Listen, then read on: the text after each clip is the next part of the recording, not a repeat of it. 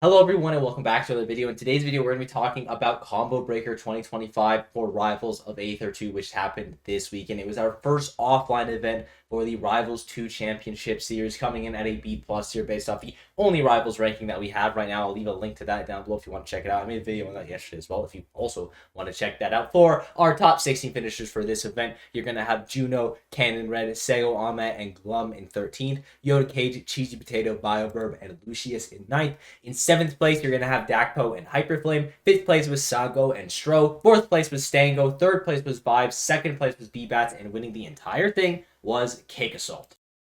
Starting off for the top 8, these who did not top 8, you're going to have Bioverb, Cheesy Potato, and Sego. Starting off with Sego, who is going to get 2 O's over Chumble, Foresight, and Master Nard. Then he's going to lose in a 3-1, or a 2-1, I should say, against Lucius. And then he ends up 3-0ing Hunter before losing in a Game 5 to Cheesy Potato. And it was a combination of Forsburn and Olympia at this event. And I don't really know if there was like a real reason for why Sego was pulling out the Olympia in any of these sets, because all of the Olympia sets that he played were against Rano. He played it against Lucius, where he ends up going Game 3, loses that one. Then he plays it against Foresight, where he 2-0s. But then before that, he plays Chumble, who's also a Rano player, and he ends up winning that one 2-0. And he ends up playing Forsburn in that set. So I'm not sure if he just wants to play Olympia maybe a little bit more. He was not feeling super comfortable against the Rano initially, wanted a bit of extra speed. But regardless, the Olympia did look pretty clean. He was definitely the best Olympia at this event. We didn't have too many of them showing up, but he's definitely a player that I think you should keep your eye out on. He's going to be one of the innovators with Olympia, and even though it's a slight underperformance at this event, it's nothing crazy. You lose to Lucius and Cheesy Potato, who are both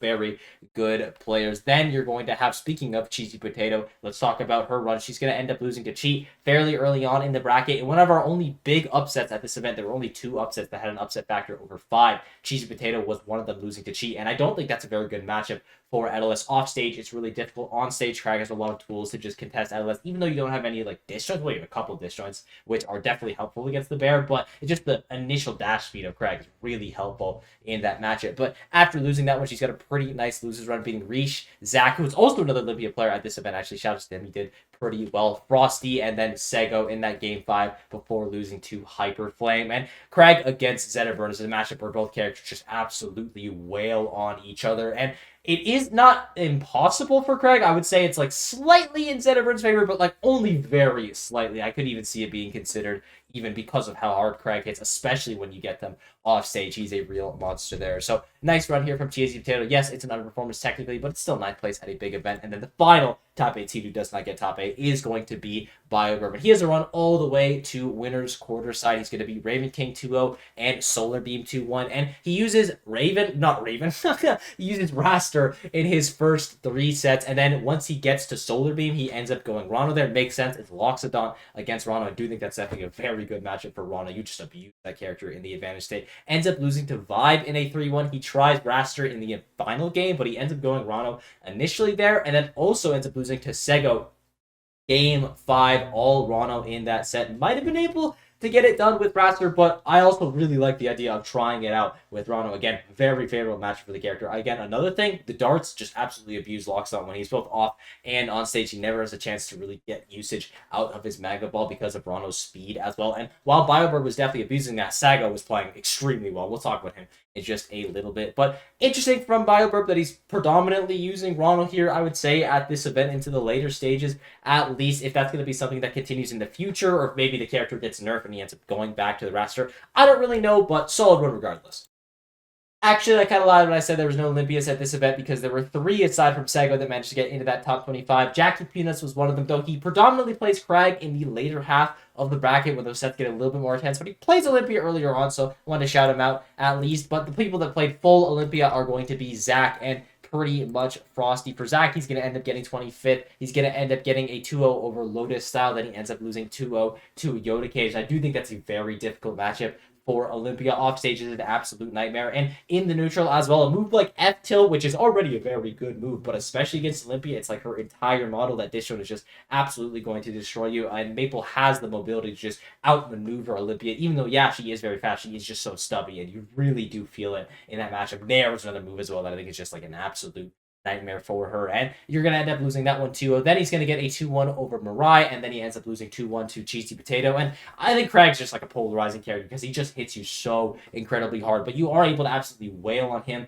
as Olympia, and you are able to go off stage, getting to be a little bit dangerous. It is, of course, Craig's territory, though, and he is going to be predominantly successful off there. So I could see the matchup maybe arguably being in Craig's favor because the offstage is so good for him. But again, on hit in the neutral, I do think Olympia is a bit of a menace. But regardless of the matchup, it's a 2-1 in Cheesy Potato's favor. But 25th for Zach, pretty nice run from him. I'm pretty sure he's predominantly a forward player as well. So to do it with another character is really impressive. And Frosty is also someone that plays another character. He plays a combination of Crag and Olympia at this event. He plays Crag earlier on against Addict and Coke Milk, but actually switches to Olympia against Cannon. Red ends up winning that one 2-1 against the Fleet. And I do think that matchup is a little bit tough for Olympia, but it's a lot harder for Crag. So great call here from Frosty. Ends up winning that one. Then he ends up going down 2-0 to Stango. Still sticks out there with the Olympia because, as I said earlier, Crag and Zetter Bird definitely hit each other hard, but Zetter does hit just a little bit harder right now. And then finally, he's going to end up losing to Cheesy Potato. Ends up going to Ditto there, but ends up falling 3-0. So solid runs for the Olympia players all around. After the nerfs especially, I think it was kind of unrealistic to expect the character to like immediately explode to that top level. She is extremely polarizing off stage, and people that are just comfortable in their flowcharts, know what they're doing with their character, are going to be able to exploit that a lot more than maybe you're going to be able to catch them off guard. But it's a solid result from this character's kind of, I guess, first major event offline. We've had a couple since then, if we're being real, but this is the first one, at least in the circuit. I guess it's the first event in the circuit, but you know what I'm trying to say here. Olympia is looking pretty solid, and I expect her to continue doing well. And before we move on to the top 8, I really quickly want to shout out Cannon Red and Yoda Cage, my two alt players in 13th and 9th place respectively. I actually don't know if Cannon Red even played Ultimate anymore, but I know he had a nasty Jigglypuff at one point. He's got a nasty Fleet right now. He's going to end up losing 2-1 to Frosty in the winner side, but then gets a 2-1 win over Benny in the Ronald matchup, and I think that one's pretty difficult. Then he gets a 2 over Jackie P. That's Craig's a lot better, and a 3-2 win over Cheat. Edel is also a lot better, but Cheat was playing insane at this event. And then finally ends up losing in a 3-0 to Sago. And I actually don't really know what to feel about that matchup, just because off stage, of course, it's the Nightmare 4 Locksnut, but you do have a really nice disjoint to deal with the character in a neutral, and Sago was on fire at this event. But really solid placement here from Cannon Red. Usually at an event like this, they would be the highlight fleet, but we had some pretty crazy fleets popping off in the winner side. And then also you're going to have Yoda Cage in 9th place. He's going to be on the Maple, getting wins over J-Plane, Zach, and Cheat. 2-1 against Cheat. So again, shouts to Cheat for taking a game, because that matchup is not great for Edelus. Is going to end up falling 3-0 to B-Bats in the winner side, who's playing incredibly at this event, and then loses in a game 5 to Stro, another former Ultimate player. And that set was an absolute banger. Like, you should watch a lot of sets at this event. Watch every set that she played, because you gotta love that Edelus. Watch the top 8, of course, but if you're gonna watch sets outside of top 8, that would probably be the one that I recommend. It was just an absolute banger of a match.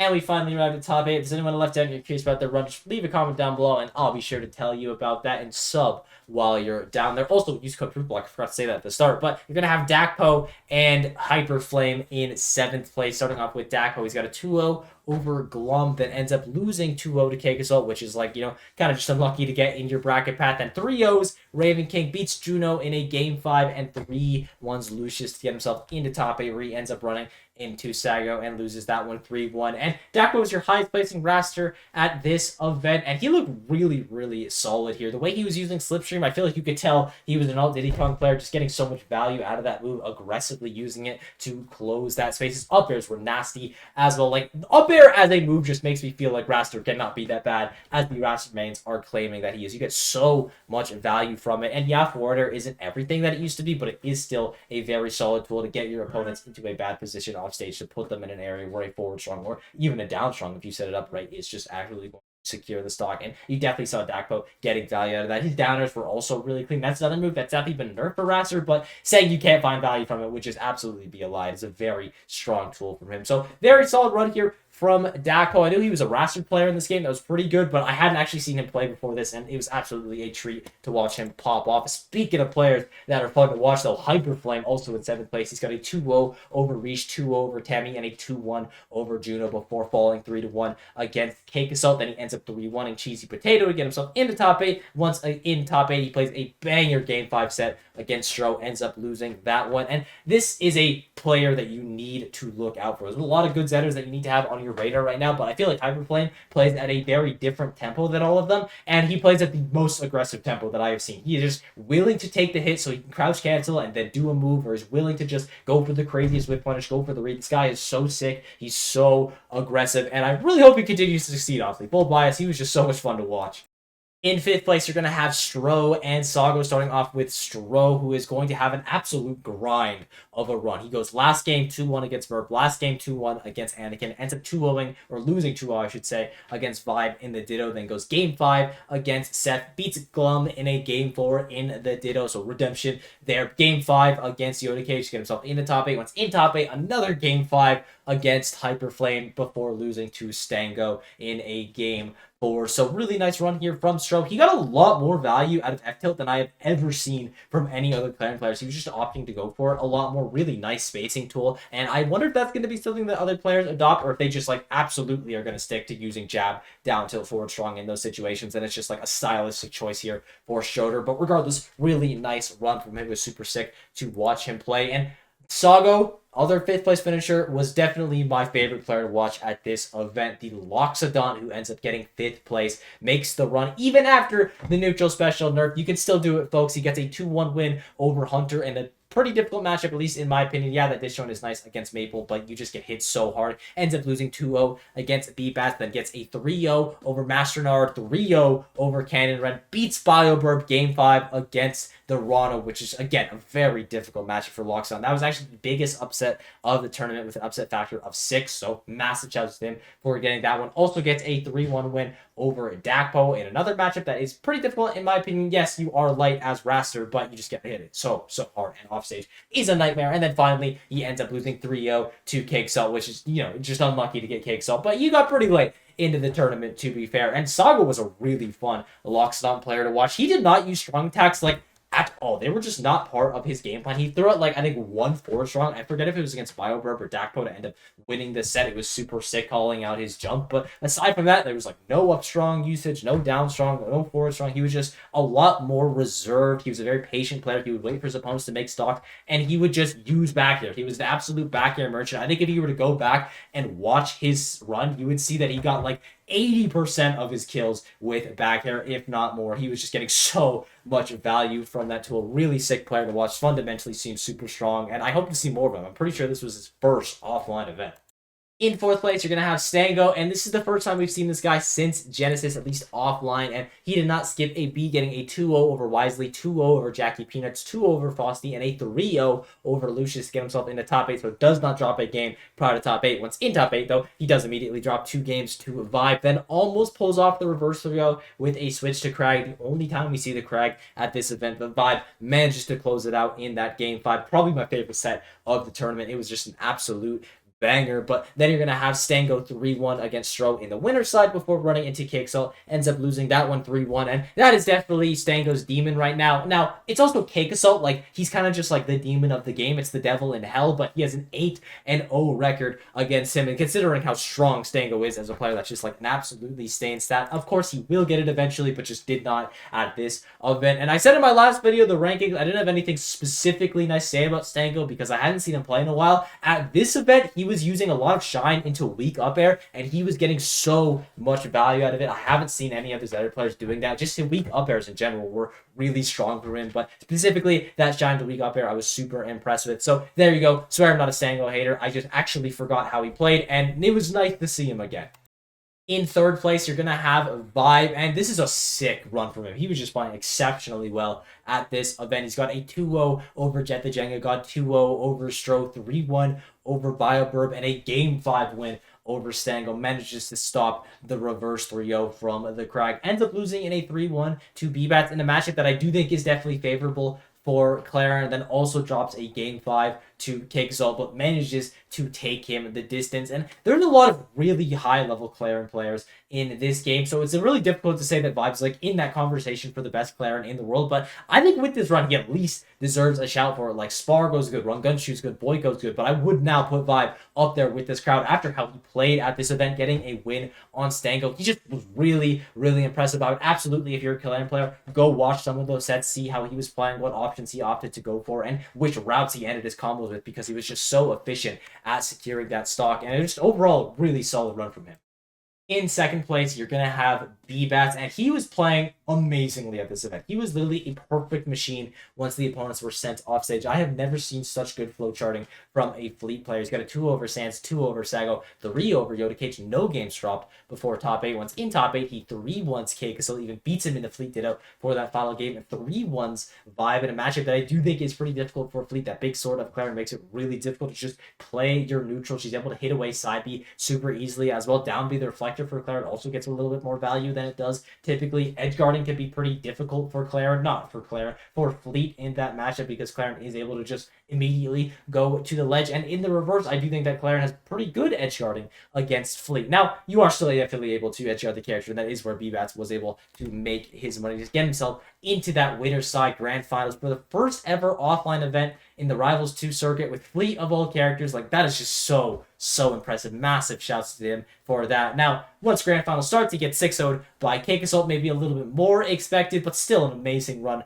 regardless. And I have to say it again, the edge guarding from B-Bats, I think this is the best edge guarding I've ever seen from a Fleet player, specifically those sets against Sago and Yoda Cage. And yes, Loxodon is a very susceptible character off stage, but Maple's a character with at least a decent amount of mix, maybe not as much in the Fleet matchup, but B-Bats was just such a monster. He didn't even give them a chance, and all of the sets that he played, he was so good off stage, to the point where I might even consider him the best Fleet player in the world. I think that's a little bit unfair to say to Mystery Soul, because that guy's neutral and movement is insane with this character. His edge guarding is also very good. It's been a little bit since we've seen him, but I was really impressed by B-Bats at this event. If he can keep up this level of flow charting people off stage and still having a really solid neutral and disadvantage state, he's going to be a player that you always have to look out for. He already is.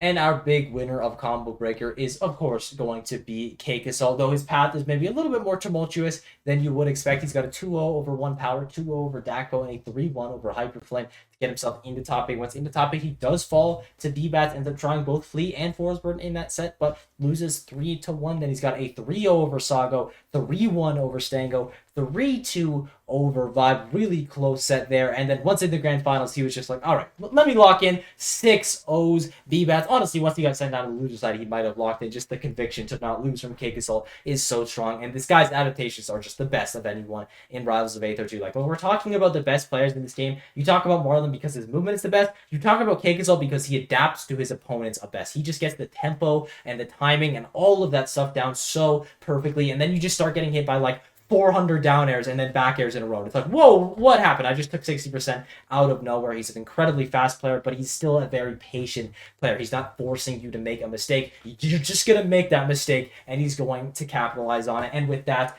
I thank you all for watching. I hope you enjoyed the sport. It's been absolutely unreal as of late. If anything I left out, got wrong, or if you want to say hi, leave a comment down below. Be sure to sub down there. Use code ProofBlock as well, and I will see you all in the next one. Bye-bye.